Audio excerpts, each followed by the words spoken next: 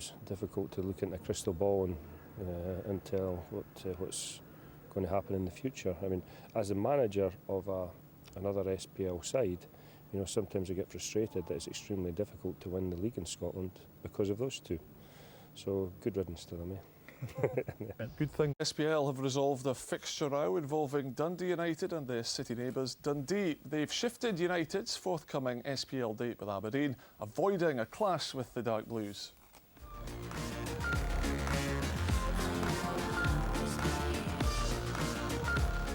They weren't happy down Tannadice or Dens Park Way following the SPL's publication of their post-split fixtures yesterday afternoon. That's because Dundee United had been pencilled in to face Aberdeen at Tannadice on Saturday the 9th of May.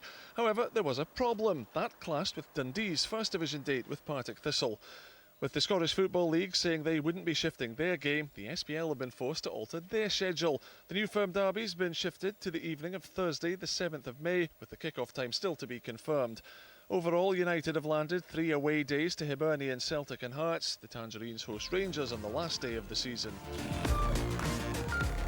Go away. That's because Dundee United chairman Stephen Thompson has today branded the SPL's handling of the affair pathetic. Ewan Weems reports. Dundee United are already looking forward with today's announcement of their season ticket deals. But Chairman Stephen Thompson is still raging with SPL bosses over the handling of this campaign's post-split fixtures. League bosses scheduled a game against Aberdeen at Tannadice on the same day neighbours Dundee were hosting Partick Thistle. The SPL opted to move the game back to Thursday night, a move United claim could cost them a 6-figure sum. There's been some correspondence back and forth. I didn't think the response from the SPL to my letter yesterday was probably one of the most pathetic letters I've read. It didn't really answer anything.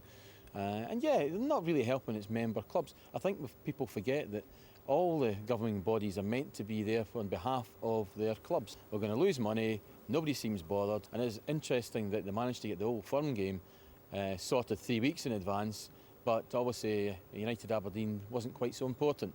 All teams have got a mum and moan about things, We are not really too happy about one or two things, Celtic are probably not happy as you found out about one or two things.